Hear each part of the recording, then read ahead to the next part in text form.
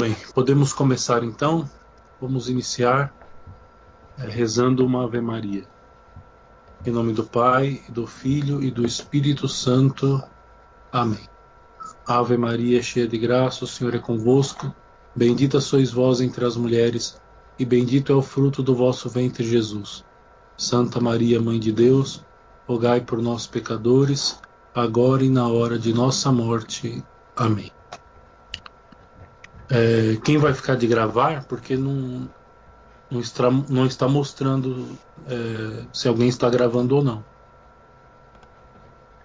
Ô padre, eu tô gravando, mas eu tô usando um programa específico aqui, não é pelo Skype não, pra evitar problema. Então, perfeito, então. Bom, tá tranquilo. Muito bem. Então, dando continuidade, confirme aí se estou certo. Número 177, da parte dos santos na vida cristã. Falamos da última vez sobre a consagração a Nossa Senhora, né, a devoção da consagração total como escravos de Nossa Senhora. E dando continuidade, então, da parte dos santos na vida cristã. Então, diz o texto: os santos que possuem a Deus no céu interessam-se pela nossa santificação e ajudam-nos a progredir na prática das virtudes pela sua poderosa intercessão e nobres exemplos que nos deixaram. Muito bem, então aqui uma coisa importante, né? do que se vai falar a partir de agora. Já foi mencionado isso em aulas passadas, né? Mas é muito importante reforçar. No credo, nós afirmamos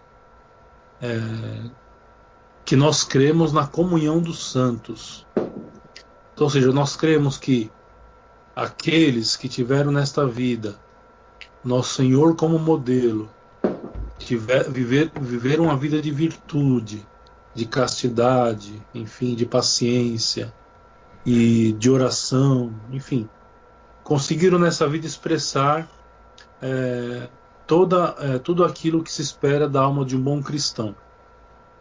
Então nós acreditamos que uma vez partindo desta vida, eles são recebidos por Deus Nosso Senhor no céu. Então, ou seja, há um primeiro julgamento, a doutrina católica ensina isto, há um primeiro julgamento, um julgamento particular, onde é decidido se essa alma vai para o céu, para o inferno ou para o purgatório. Aqueles que estão no céu, eles participam da igreja, que nós chamamos de igreja triunfante, ou seja, são aqueles que gozam já toda a felicidade plena junto de Deus no paraíso. Quando nós olhamos para os santos, então diz aqui o texto, então nós olhamos para as suas virtudes, em primeiro lugar, ou seja, olhando a vida de um santo, nós olhamos para as suas virtudes, o que eles nos deixaram, o que eles nos ensinaram com os seus exemplos. E depois nós podemos contar com sua ajuda, com a sua poderosa intercessão, pois como eles estão muito próximos de Deus, estão com Deus, já gozam a felicidade eterna junto de Deus, eles podem nos ajudar a rezar por aquelas intenções que mais nós necessitamos. Então, ou seja, isso faz parte daquela doutrina que nós rezamos no credo, de crermos na comunhão dos santos. Então, ou seja, uma vez que somos batizados, estamos unidos. Ou seja, a morte não separa a igreja. Não, pelo contrário, os que são separados são aqueles que são condenados. Mas aqueles que estão no purgatório ou aqueles que estão no céu ainda participam da igreja numa determinada hierarquia, vamos dizer assim. A igreja triunfante, aqueles que estão no céu. A igreja padecente, aqueles que estão no purgatório.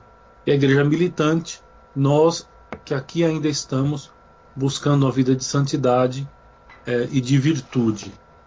Então, faz parte da nossa fé crer na comunhão dos santos. Isso não é escolha da nossa parte. Isso nós não temos escolha. Nós cremos, nós rezamos no credo. Toda vez que a gente vai rezar o terço, a gente reza o credo iniciando o terço e a gente reza, creio na comunhão dos santos. Então isso faz parte da nossa fé católica. Continua o texto. Devemos-los, pois, venerar, pois são poderosos intercessores. Devemos-los invocar, pois são nossos modelos. E devemos-los imitar. Bom, 178. Primeiro, devemos-los venerar. E fazendo-o, é o próprio Deus, é Jesus Cristo que veneramos neles. É claro, porque se toda virtude vem de Deus, se aquilo que nós, se aquilo de bom que nós conseguimos praticar nesta vida são graças especiais que Deus nos concede, quando nós veneramos um santo em determinada prática, né, que eles conseguiram obter, quando nós veneramos o santo, é ao mesmo Deus, é a nosso Senhor Jesus Cristo que nós estamos venerando no santo. Lembrando aqui a diferença, até para contrastar, né, com os protestantes, que nos acusam de adorar aos santos e às imagens, etc. Isso não tem nada a ver com a doutrina católica. O que a doutrina católica ensina é a veneração. E veneração não é adoração, são duas coisas distintas. A adoração é o reconhecimento que nós fazemos entre nós e o ser a ser adorado, que é somente Deus nosso Senhor. Então nós católicos adoramos somente a Deus. Agora, não é proibido que nós veneremos aqueles que nesta vida viveram uma vida semelhante à de nosso Senhor Jesus Cristo, que conseguiram nesta vida imitar a nosso Senhor Jesus Cristo. Então não há problema nenhum nós venerarmos aos santos, como não há problema nenhum nós venerarmos, por exemplo, os nossos pais. Não adorar, né? Venerar. Todos nós, pelo menos deveríamos, nós honramos, nós veneramos os nossos pais. Aliás, é o 4º mandamento da lei de Deus, honrar pai e mãe. Então, ou seja, temos uma veneração especial aos nossos pais. Ora, não há problema nenhum de nós termos uma veneração especial por algum santo, né, que nesta vida praticou aquelas virtudes necessárias para a sua santificação. Continuando o texto. Tudo o que neles há de bom é efetivamente obra de Deus e de seu divino Filho. Então, ou seja, tudo que nós enxergamos nos santos é obra de Deus. Isso é um fato. Então, nós acreditamos no mérito, ou seja, cada um de nós pode adquirir certos méritos individuais, mas nós já vimos também que somos dotados de graças muito especiais, sem as quais não poderíamos crescer na virtude e na santidade. Pois bem, estes santos que nos precederam conseguiram. O seu ser natural não é mais que um reflexo das perfeições divinas. As suas qualidades sobrenaturais são obra da graça divina merecida por Jesus Cristo, incluindo os seus atos meritórios, que, com serem propriedade deles, nesse sentido, que por seu livre consentimento neles cooperam com Deus, são também e principalmente dom daquele que é sempre a sua causa primeira e eficaz. Então, ou seja, os santos são coroados, não é, com as coroas e os dons do próprio Deus. Podem ter méritos particulares, e certamente tiveram, mas eles foram coroados com os dons e os méritos do próprio Deus, do próprio nosso Senhor Jesus Cristo. Então, quando nós olhamos um santo, nós estamos enxergando um reflexo de nosso Senhor Jesus Cristo. Um reflexo, evidentemente, não perfeitíssimo, mas ainda assim um reflexo, mostrando, né, que como nós somos homens como eles puderam alcançar certa virtude, o que lhes fez alcançar o paraíso. Então, olhando para eles, nós enxergamos, e venerando-os, nós enxergamos que se eles puderam, nós também podemos. Se eles puderam ser reflexo de nosso Senhor Jesus Cristo, nós também podemos. Muito bem. Honramos, pois, nos santos. O que nós honramos nos santos? Primeiro, santuários vivos da Santíssima Trindade, que se dignou habitar neles, ornar a sua alma das virtudes e dos dons, atuar sobre as suas faculdades, para lhes fazer produzir livremente atos meritórios e conceder-lhes a graça insigne da perseverança. Então, quando nós honramos os santos, nós honramos neles isso, ou seja, eles se tornaram nesta vida santuários vivos da Santíssima Trindade. Segundo, nós vemos neles, quando nós os honramos, filhos adotivos do Pai, por eles singularmente amados, envolvidos pela sua paternal solicitude, a que souberam corresponder, aproximando-se pouco a pouco da sua santidade e perfeições. Ou seja, assim como nós, eles são filhos adotivos de Deus Pai. Ou seja, que em nosso Senhor Jesus Cristo, quando somos batizados, nós, nos irmanando em nosso Senhor Jesus Cristo, nos tornamos filhos adotivos do Eterno Pai. Só que esses santos, eles conseguiram na sua vida refletir essa adoção aos outros.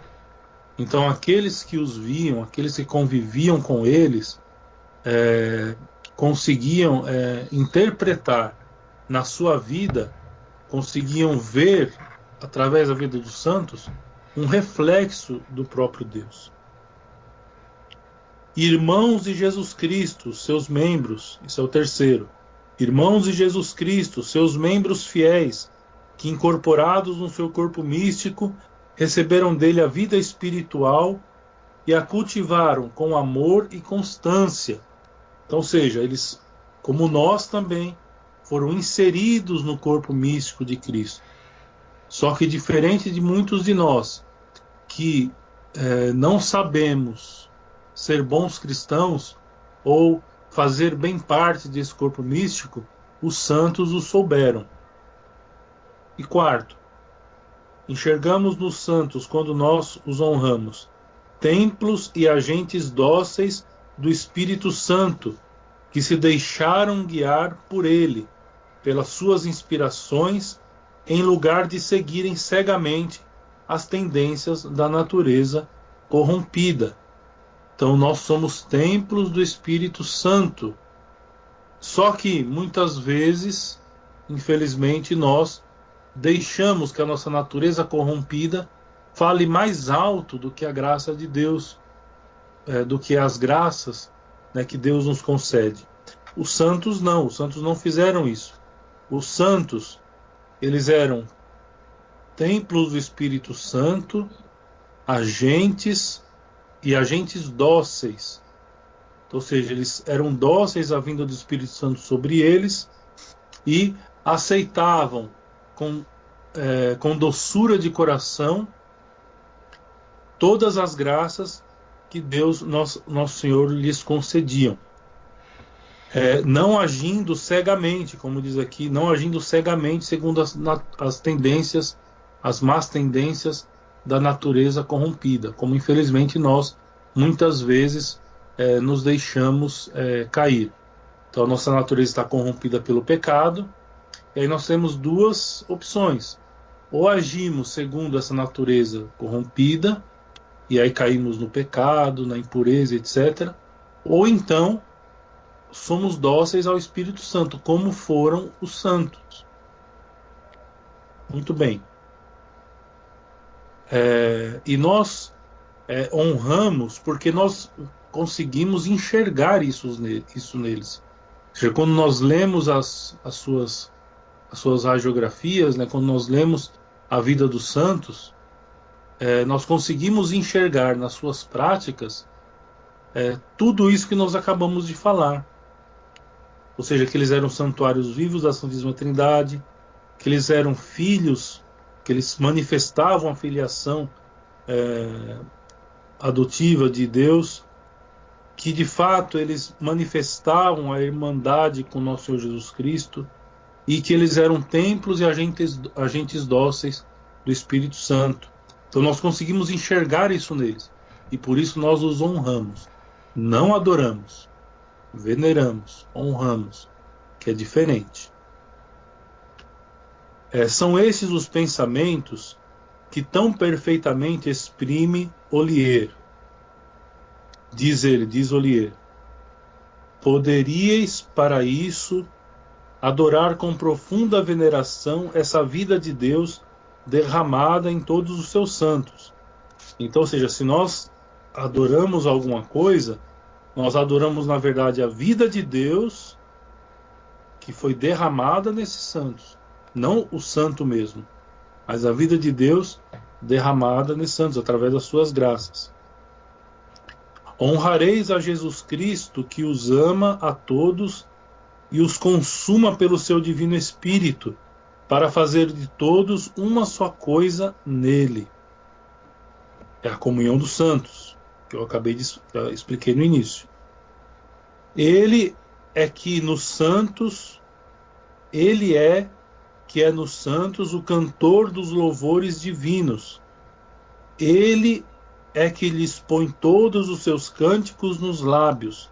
Por ele é que todos os santos o louvarão por toda a eternidade. Então, ou seja, por nosso Senhor Jesus Cristo, não é que os santos conseguiram estar onde estão. Caminho esse que nós devemos percorrer para chegarmos um dia à eterna felicidade, onde já estão os santos presentes no céu. Número 179. Devemos invocar. Então vimos venerar, agora invocar, para obtermos mais facilmente, pela sua poderosa intercessão, as graças de que precisamos. Então, ou seja, não só podemos, como devemos invocar ao santo. Costuma-se dar aquele exemplo assim, né? Ou seja, quando nós estamos precisando de alguma ajuda, algum emprego, por exemplo, ou estamos passando por um momento de tribulação muito forte, nós chegamos para os nossos amigos católicos, que vão à missa, por exemplo, e nós falamos assim: olha, reze por mim, pois essa semana eu vou fazer uma entrevista de emprego, ou eu vou fazer um exame médico muito importante, ou estou passando por problemas graves na minha família, então reze nas minhas intenções. Ora, se nós podemos pedir aos nossos amigos cristãos, católicos, que rezem, intercedam por nós, também aos santos do céu, que, como eu havia dito antes, a morte deste mundo não é morte para a vida eterna. A morte deste mundo é passagem para a vida eterna. Então, ou seja, se nós sabemos destes santos que estão no céu e nós cremos na comunhão dos santos, nós podendo pedir orações aos nossos irmãos que ainda estão vivos, também podemos pedir a esses nossos irmãos que já estão contemplando a glória de Deus. Ou seja, a prática da invocação dos santos não é, como os protestantes ousam afirmar, não é invocação dos mortos. É muito diferente aquilo que faz o Espiritismo invocando os mortos, e aquilo que os católicos fazem, pedindo intercessão dos santos. É uma coisa muito diferente. Bom, continuando. Não há dúvida que só a mediação de Jesus é necessária e basta plenamente em si mesma. Então, ou seja, isso é doutrina católica, né? Antes de ser ensinada pelos protestantes, isso é doutrina católica. Ou seja, a mediação de nosso Senhor Jesus Cristo, ela é necessária. Nós cremos nisso. Mas, precisamente por serem membros de Jesus ressuscitado, os santos juntam as suas orações às dele. Então, ou seja, é mais uma vez aquela visualização do corpo místico de Cristo, onde nosso Senhor Jesus Cristo é a cabeça e nós formamos os seus membros. E alguns desses membros, né, estão já gozando a felicidade eterna no paraíso. Então, ou seja, as orações, a intercessão que nós pedimos a um determinado santo, ou seja, une forças com as orações que o próprio Cristo eleva a Deus Pai por nós.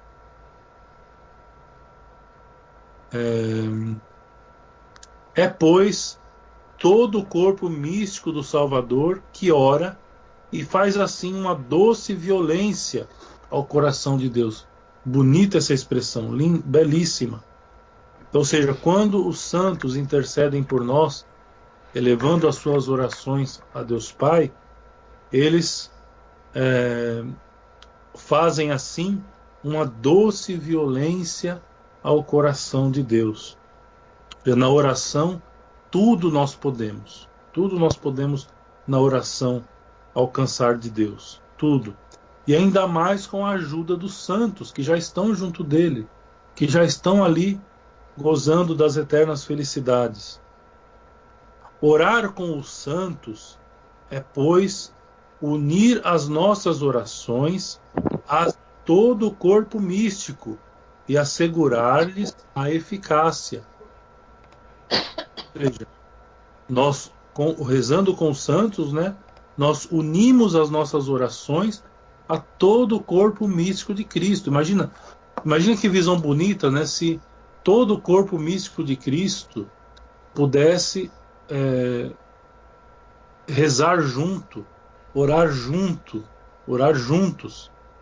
Seria uma visão muito bonita, muito bela, né? Então, mesmo que nós saibamos que muitos daqueles que estão na igreja militante como nós, somos fracos, infelizmente nem todos rezam, ou rezam mal, enfim, mas seria muito bonito ver toda a igreja, né, rezando, toda a igreja unida, rezando junto com nosso Senhor Jesus Cristo. É uma visão muito bela de se imaginar. Por outro lado, os santos exultam de interceder por nós.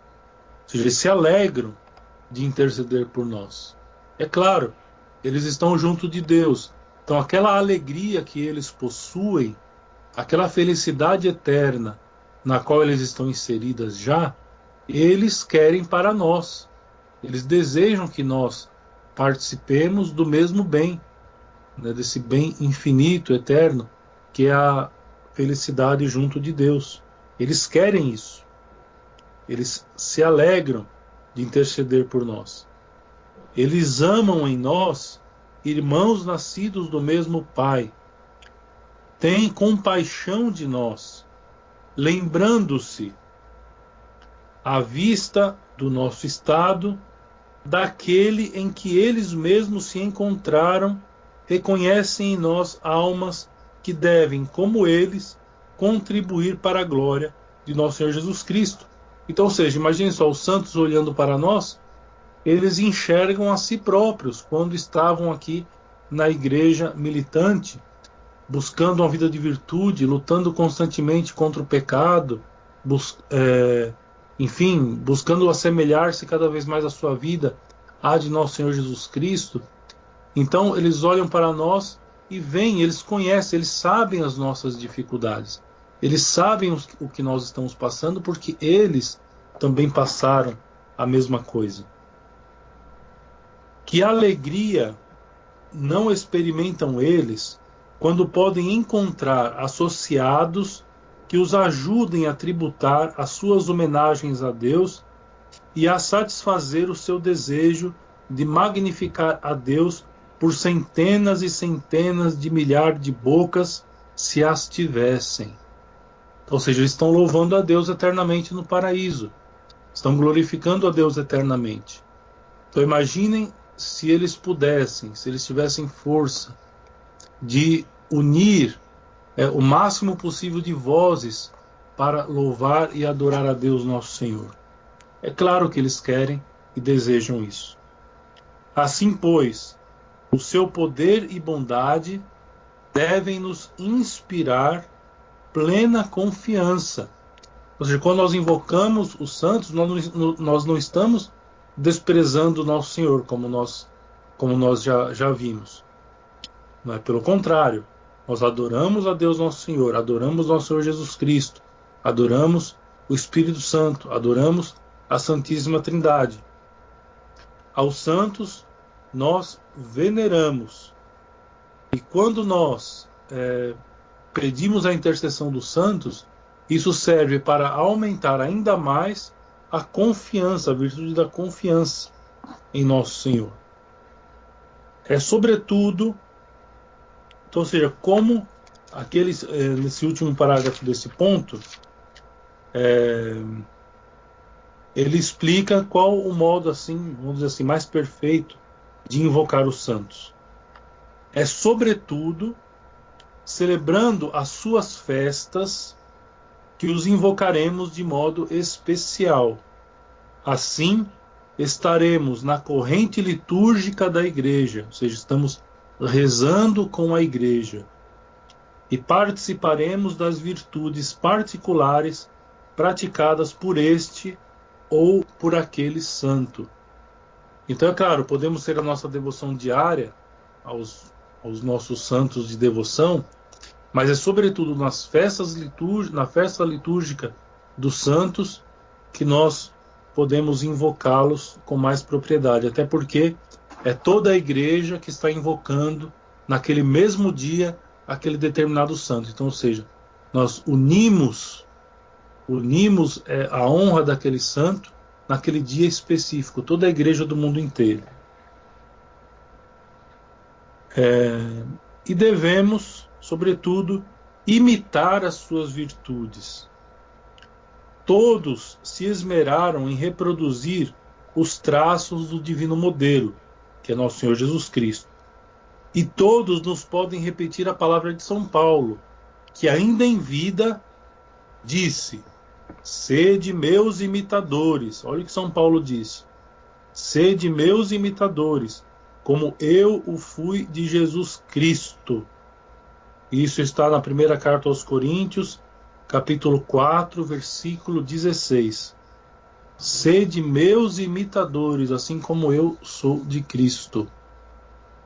Aqui, além dessa meditação, ou seja, que os santos todos estão no céu, podem dizer isso para nós.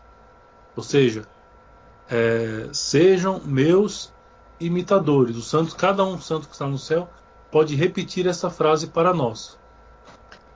Ao mesmo tempo, nós perguntamos assim, nós podemos nos perguntar: quem de nós, com a prática de virtude e santidade atual que nós possuímos, quem de nós poderia afirmar aos irmãos: sede meus imitadores, seja meu imitador, assim como eu sou de Cristo?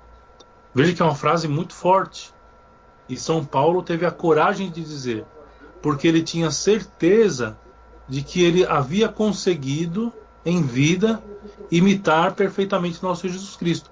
Por isso que ser imitador de São Paulo, naquele caso, seria o mesmo que ser imitador de nosso Senhor Jesus Cristo. Assim também os santos, mais ainda os santos que estão no céu, podem dizer para cada um de nós: sejam meus imitadores. Porque nesta vida eles foram imitadores de nosso Senhor Jesus Cristo. mas cultivaram quase sempre uma virtude especial. Então, ou seja, cada santo que nós olhamos, nós enxergamos uma virtude especial, que é, por assim dizer, a sua virtude característica. Nós encontramos virtudes características nos santos. Ou seja, aqui ele vai explicar melhor, né? Eu vou ler para não ficar repetitivo. Então, diz aqui o texto: uns a integridade da fé, ou seja, uns cultivaram a virtude da integridade da fé. Não que eles não tivessem outras virtudes, mas é aquilo que ficou mais destacado quando nós lemos a vida de um determinado santo. Uns a integridade da fé, como os santos doutores, por exemplo, Santo Antônio, os santos padres da igreja, Santo Agostinho, São Tomás de Aquino, enfim. Outros, a virtude da confiança, ou o amor, a caridade. Uns, o espírito de sacrifício, a humildade, como São Felipe Neri, a pobreza. Outros, a prudência, a fortaleza, a temperança ou a castidade. A cada um pediremos mais particularmente a virtude em que sobressaiu, bem persuadidos de que tem graça especial para nola obter. Ou seja, é claro que nós podemos pedir qualquer graça para qualquer santo. Isso para nós é lógico, é como nós pedirmos, como eu falei, dei aquele exemplo, é como nós pedirmos que os nossos irmãos católicos rezem por nós. É isso que nós fazemos quando nós pedimos a intercessão dos santos. Pedimos que eles rezem por nós, junto de nosso Senhor Jesus Cristo. Porque estamos unidos pela comunhão dos santos. Certo? Agora, é claro que olhando a virtude especial deste santo, ou daquele outro, ou ainda daquele outro, nós podemos pedir virtudes que mais se assemelham com a sua vida neste mundo. Então, se foi um santo, como São Geraldo Magela, por exemplo, que praticou a virtude da castidade, nós vamos pedir para ele a virtude da castidade, porque ele soube enfrentar este problema, não é? Do qual nós padecemos muito. Se há a virtude da humildade, vamos ver algum santo, e foram muitos, que praticaram essa virtude. São Vicente de Paula, não é? São Felipe Neri, como eu já havia dito. Então, ou seja, vamos olhar para a vida do santo e pedir aquela vitória, vamos chamar assim, que eles conseguiram nesta vida. Então, cada um teve a sua vitória especial, a vitória mais específica, embora nós consigamos encontrar todas as virtudes na vida deles, mas tem aquelas que sobressaem. Tem algumas outras virtudes, né, que por tradição de cada país acaba sendo atribuído a um determinado santo uma virtude especial para tais ou tais coisas, como por exemplo, aqui no Brasil Santo Antônio virou o santo casamenteiro, né? Então, ou seja, para aqueles com dificuldades de arrumar um enlace matrimonial, então pede-se a Santo Antônio. Podemos pedir para o nosso santo de devoção, podemos pedir para São Felipe Neri, podemos pedir para São João Bosco, podemos pedir para qualquer um, né? Mas aqui no Brasil criou-se esse costume de pedir para Santo Antônio bons casamentos, né, cristãos. Enfim, mas só para ficar claro, ou seja, que não é que há uma obrigação em pedir uma graça específicas para cada santo em particular. Não é isso. Nós podemos pedir intercessão para qualquer graça, certo? Mas existe aquela virtude, isso é fato. Existe aquela virtude que sobressaiu em determinado santo. Não é? Então nós temos o costume, virou-se um costume de pedir ao santo aquela virtude em que ele, na qual ele mais conseguiu vitória.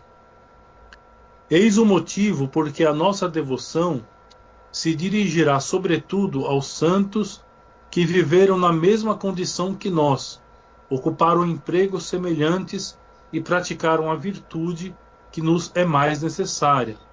Então, é claro, nós somos como que atraídos, ou seja, quando nós lemos a vida dos santos, nós somos atraídos a ser devotos de um santo, ou de outro, ou até de mais de um, por conta de alguma dificuldade que nós passamos na busca da santidade. Certo? Não tanto por aquelas coisas materiais que nós precisamos. Emprego, saúde, problemas familiares. Não, nada disso. Ou seja, nós estamos olhando para a nossa vida interna, para a nossa vida interior, né, e vemos quais santos tiveram que passar pelas mesmas dificuldades pelas quais eu terei que passar. Colocando-nos em outro ponto de vista, teremos também devoção particular aos nossos santos padroeiros, vendo na escolha que deles foi feita uma indicação providencial de que devemos tirar proveito. Então, ou seja, além daqueles santos, ou seja, que nós vimos aquela virtude que nós necessitamos e vimos que aquele santo adquiriu determinada virtude e vamos pedir então a intercessão dele, nós devemos também ter uma devoção particular aos nossos santos padroeiros. Quem são os nossos santos padroeiros? Os nossos santos padroeiros são aqueles santos da nossa paróquia, não é? Ou da paróquia que nós participamos. No caso aí de Belo Horizonte, Nossa Senhora do Líbano, por exemplo. Depois, o santo, por exemplo, da cidade, que no caso é de Belo Horizonte, Nossa Senhora da Boa Viagem, não é isso? Se não me falha a memória, que é celebrada no dia 15 de agosto. Enfim, se não me falha a memória, é isto mesmo. Depois, o santo do Estado, né? No caso aqui de São Paulo Santana, no caso de Minas Gerais, Nossa Senhora da Piedade. O santo do país, no caso aqui do Brasil, temos Nossa Senhora Aparecida. Aí eu não sei explicar o que aconteceu, nós tínhamos um padroeiro, São Pedro Alcântara, só que aí eu não sei, parece que ele deixou de ser padroeiro, não sei por qual motivo. Aí eu posso pesquisar e explicar depois. Aí estão tentando agora colocar São José de Anchieta como padroeiro do Brasil, juntamente com Nossa Senhora. Então, esses são os padroeiros principais, ou seja, da nossa paróquia, da nossa cidade, do nosso estado, do nosso país. Depois temos aqueles padroeiros mais particulares, ou seja, o santo do dia que eu nasci, por exemplo. No meu caso é São Lourenço, está próximo. Eu nasci no dia de São Lourenço.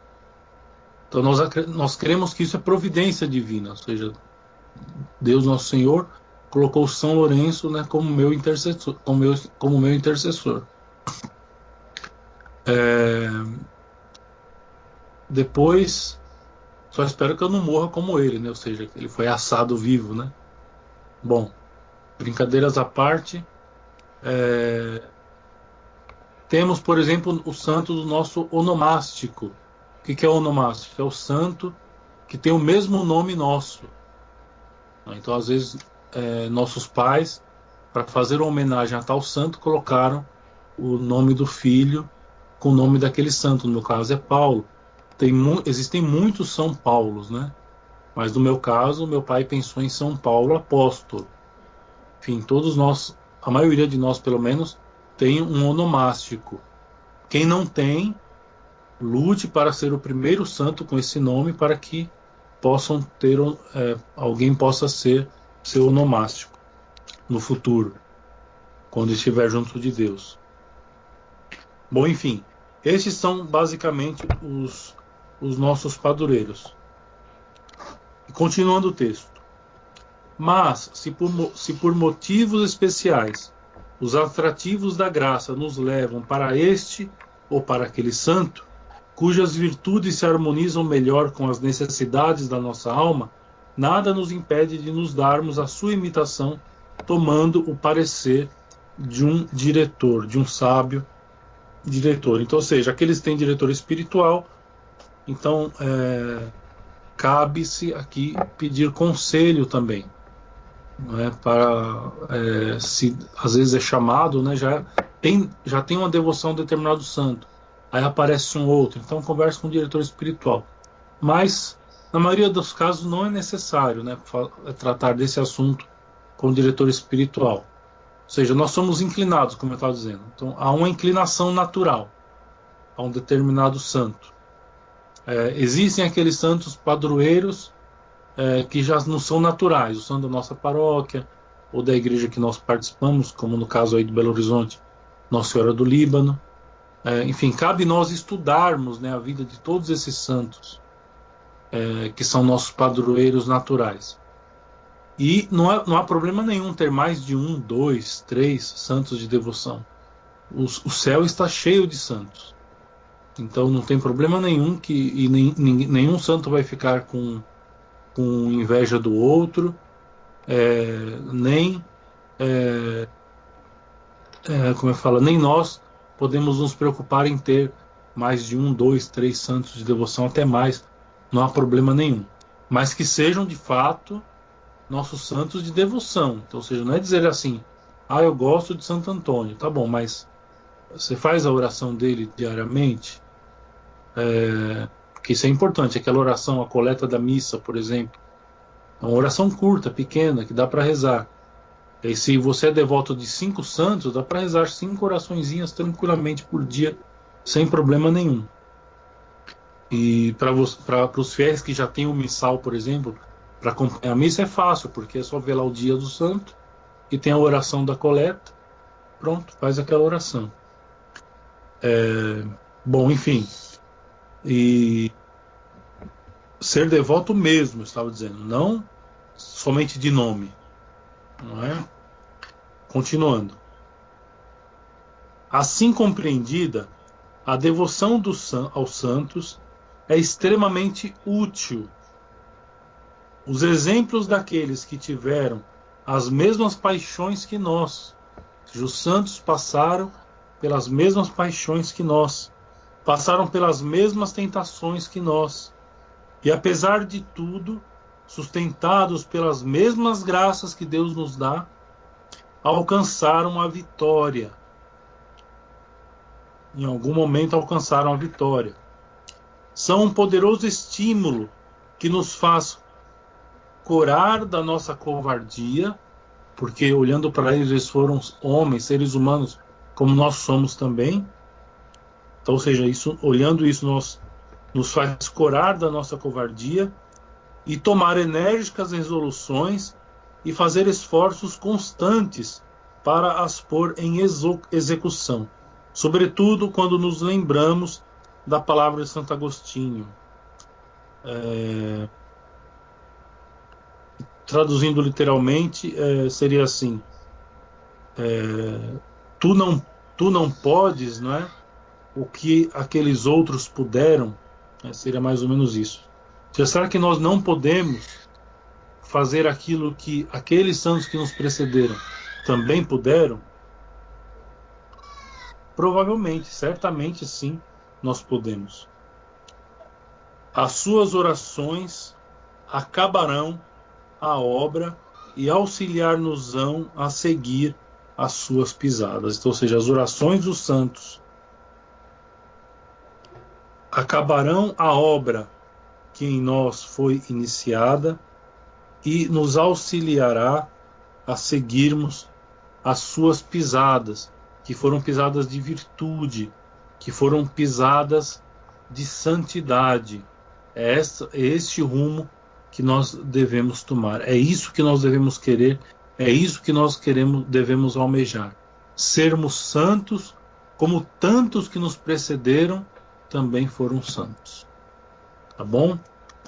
Eu não vou iniciar o próximo assunto, que fala sobre os santos anjos, porque se eu iniciar, fica ruim terminar pela metade e faltam só 15 minutos para as 10. Então eu já abro agora para que vocês possam fazer as suas perguntas.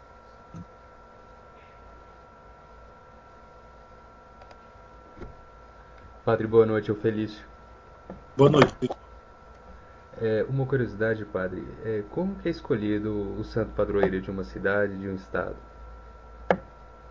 Certo. Tem vários modos. Na verdade, não existe uma regra, né? Não existe uma regra. Por exemplo, São Paulo, a cidade de São Paulo, por exemplo, ela foi fundada no dia de São Paulo, não é? Então, São Paulo acaba sendo o padroeiro da cidade de São Paulo. São Sebastião, por exemplo, Rio de Janeiro.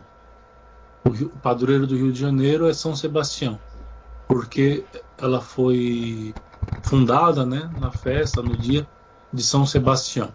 Esse é um critério assim mais comum, né? É um critério mais comum. Mas podem ter vários. Por exemplo, um padre chega num determinado local e ele próprio tem uma devoção a um determinado santo. Então ele coloca ali o padroeiro da paróquia do santo que ele tem devoção. Então não há um critério. Agora, uma vez que é escolhido o padroeiro, aí sim basta pela burocracia da igreja, né?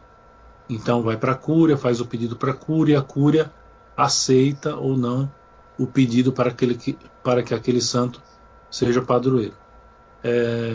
Geralmente, eu pelo menos não conheço nenhum caso que houve negativa. Pode ser que tenha tido, eu não conheço. Mas geralmente chega na cúria e se aceita normalmente que aquele santo seja padroeiro. Ou da paróquia, ou da cidade, ou do estado, ou do país, não importa. Mas não há um critério objetivo. Há alguma participação dos fiéis nesse processo de escolha? Pode haver, pode haver. Às vezes, por exemplo, o padre chega num local e os fiéis daquele local já tinham uma devoção a um determinado santo. Ou seja, eles já faziam, ou seja, não era nem, vamos supor, uma capela que não era paróquia ainda. Mas foram os fiéis que chegaram lá e montaram a capela e colocaram lá, por exemplo, Santo Antônio como padroeiro ali da capela.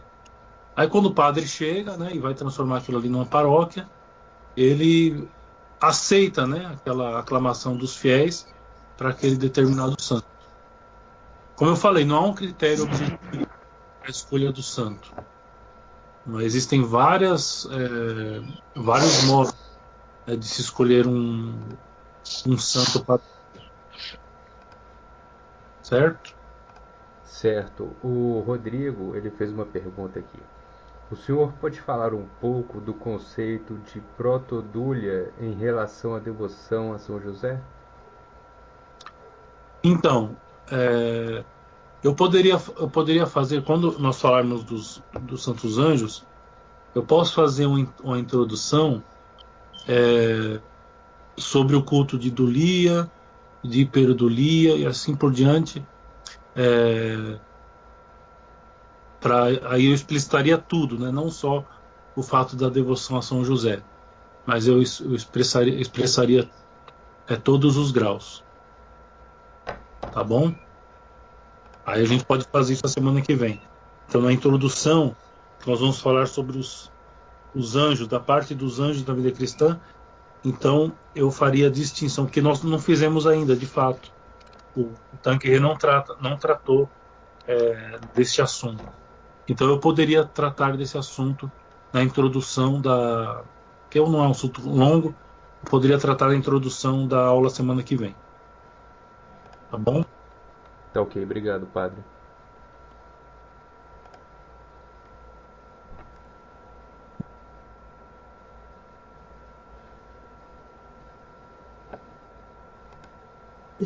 É Ana Paula, boa noite, sua bênção. Deus abençoe. Sobre São Pedro de Alcântara, o Márcio estava aqui junto comigo ouvindo, e ele disse o seguinte, que São Pedro de Alcântara nunca deixou de ser padroeiro do Brasil. Acontece que a República o suprimiu porque o nome dele lembra a monarquia, né? Por causa de Dom Pedro II, Dom Pedro I. Certo. Mas a igreja acabou tirando, porque teria, por exemplo, festa de primeira classe. E nos missais mais novos, temos, pós-reforma de 62, colocam a festa dele como festa de terceira classe, e não como de primeira. Então, ou seja, parece que a própria igreja acabou aceitando isso, aceitando essa, vamos dizer assim, essa jogada de escanteio de Pedro. Como eu disse, a festa é terceira classe. Entendi. Alguns missais nós vamos encontrar, alguns missais que foram feitos, né, antes da reforma de 62, nós vamos encontrar lá a festa dele como festa de primeira classe. Mas nos missais mais novos, não. Consta como festa de terceira classe. Então, ou seja, o Brasil, vamos dizer assim, não órfão por completo, né, mas semi-órfão. Temos Nossa Senhora Aparecida, continua firme, graças a Deus. Mas São Pedro Alcântara, de fato, assim, se no papel ele não foi tirado como padroeiro, na prática ele foi. Entendeu? Entendi. Para mim, ele poderia ter continuado sem problema nenhum. Sim. Até gostaria que ele tivesse continuado, até pelos. Como é que fala? Pela virtude, né, que ele possui, sobretudo a exaltação da monarquia, enfim. Mas, infelizmente, assim, a prática colocou ele de escanteio. Inclusive, tem uma igreja em Petrópolis, que é a Catedral de Petrópolis. A Catedral de Petrópolis, isso. A Catedral de Petrópolis é de São Pedro Alcântara. Lá eles rezam como primeira classe, porque né, o patrono da catedral. Então lá eles rezam, mas antigamente se rezava como primeira classe no Brasil inteiro, né? Era solenidade no Brasil inteiro. Agora não, agora só memória.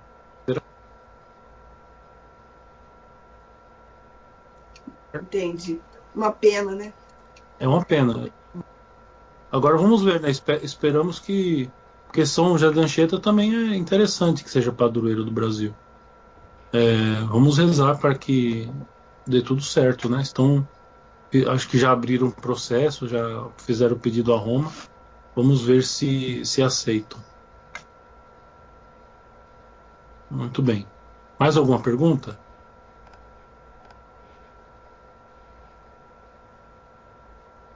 Tranquilos? Muito bem. Se ninguém se manifesta, então dou por encerrada esta aula de hoje. Podemos, para finalizar, rezarmos uma Ave Maria. Ave Maria, cheia de graça, o Senhor é convosco. Bendita sois vós entre as mulheres, e bendito é o fruto do vosso ventre, Jesus. Santa Maria, Mãe de Deus, rogai por nós, pecadores, agora e na hora de nossa morte. Amém.